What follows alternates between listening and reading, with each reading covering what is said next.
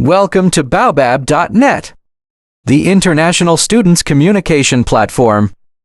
Hello tout le monde, nous revoilà pour vous parler d'un sujet très important, à savoir la procédure d'admission dans les community colleges et les universités aux USA. Dans le numéro d'aujourd'hui, nous allons parler de ces procédures du début à la fin. Comme c'est long, nous avons décidé de répartir ça en 7 étapes. Et sans plus tarder, je vais commencer avec Songai pour la première étape. Merci beaucoup. Merci. Pour la première étape, comme vous l'avez dit, je pense qu'il faut remplir un minimum, un certain nombre de conditions. En tout cas, ce que j'appelle le minimum de conditions. D'abord, il faut avoir un diplôme de base. Mais généralement, le diplôme de base, c'est le bac. D'autres peuvent avoir au-delà du bac, mais c'est le minimum. Voilà, pour quelqu'un qui va aller faire ses études en tout cas aux États-Unis. Au-delà de ça, il faut avoir le financement. Il faut être sûr que soit vous-même vous allez vous financer ou bien quelqu'un d'autre va vous financer. Donc il faut savoir que vous allez supporter en tout cas tous les frais concernant vos études aux États-Unis et votre vie aux États-Unis. Donc au-delà de ça également, il faut s'assurer que vous connaissez la filière dont vous allez poursuivre au niveau des États-Unis. Si vous allez pour la médecine, vous savez que vous allez pour la médecine. Ceux qui vont pour la mécanique, pour les ingénieurs, pour l'ingénierie. Donc, s'assurer que vous avez votre filière et aussi s'assurer que vous avez le diplôme que vous visez aux États-Unis parce que c'est ça qui détermine la durée de votre séjour aux États-Unis. Si vous allez pour un diplôme d'associé, ça sera 2 ans. Si vous allez pour un diplôme de bachelor et licence, ce sera 4 ans. Et si vous allez pour le master, c'est au-delà. Donc, s'assurer que vous avez le diplôme en question. S'assurer que vous avez le diplôme, vous connaissez le diplôme visé avant d'aller.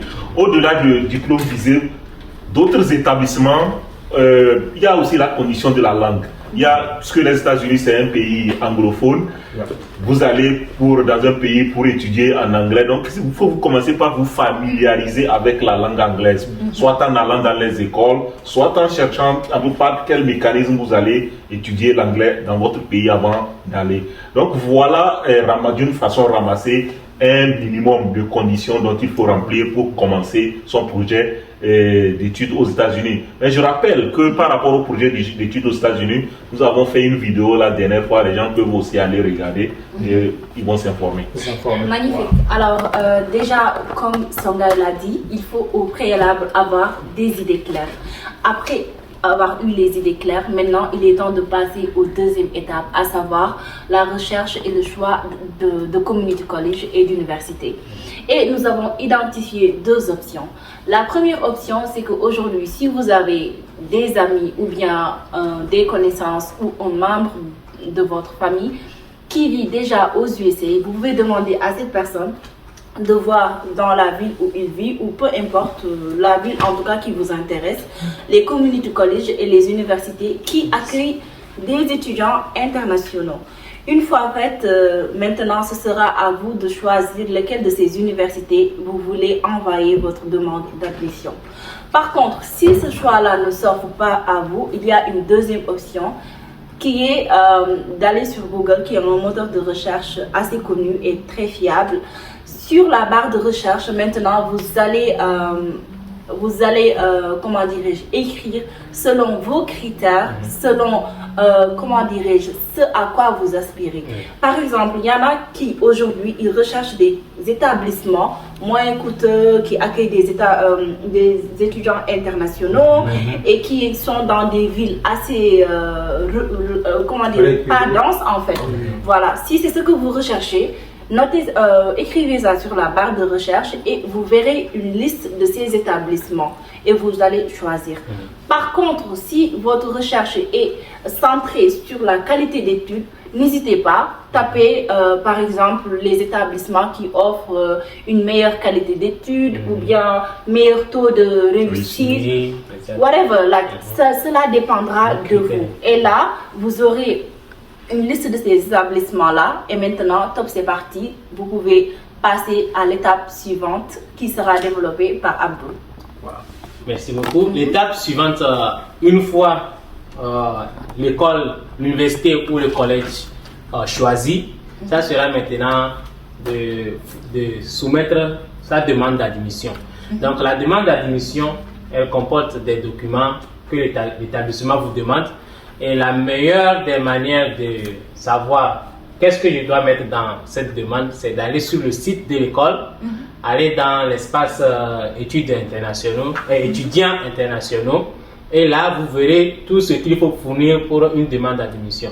Mais en général, cette demande comporte votre diplôme antérieur avec lequel vous voulez faire la demande.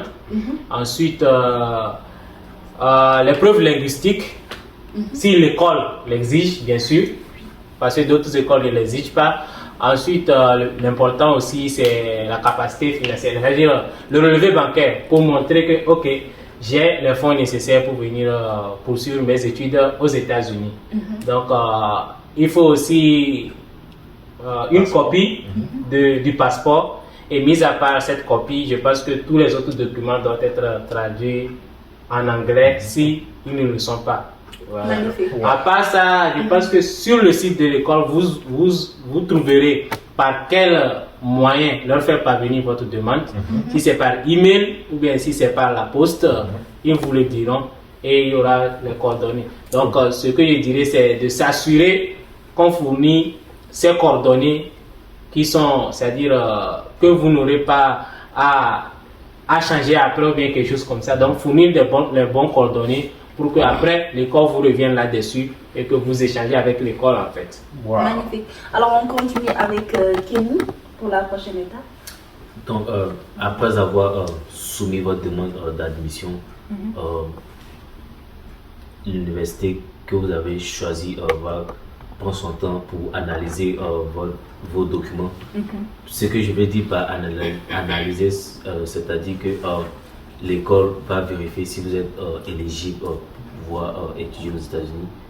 Par exemple, ils vont vérifier vos relevés bancaires pour s'assurer que vous avez assez d'argent pour pouvoir financer vos études et pouvoir avoir vos besoins une fois que vous serez aux États-Unis. Et aussi, ils vont aussi analyser vos tests d'anglais. Si l'université vous a demandé pour voir si vous avez assez de points nécessaires pour pouvoir intégrer l'université. Et aussi, souvent, il se peut que vous oubliez de, par exemple, fournir un document et donc vous devez toujours être à l'écoute au cas où vous manquez un document, l'université vous contactera et vous dira ce que vous devez fournir.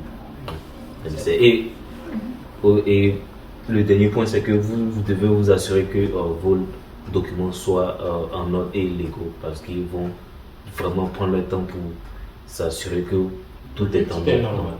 Exactement. Toujours s'assurer que vous avez les documents nécessaires, fiables et aussi mettre toutes les chances de votre côté. En fait. On continue avec Issa. Voilà, merci beaucoup de m'avoir donné la parole. Comme le frère Ken vient de le mentionner tout de suite, que l'université a plusieurs options au fait. Voilà, je pense que c'est environ 3 options. La première option, ils peuvent t'accorder l'admission. Voilà, si tous tes documents sont en ordre. La deuxième option aussi, ils peuvent te rejeter si tu remplis pas toutes les conditions voilà, pour avoir l'admission. Troisième option aussi, tu remplis une certaine part des conditions, mais tu ne remplis pas l'entièreté des conditions. Dans ce cas, l'université ou bien le collège peut te contacter pour réclamer les documents qui manquent.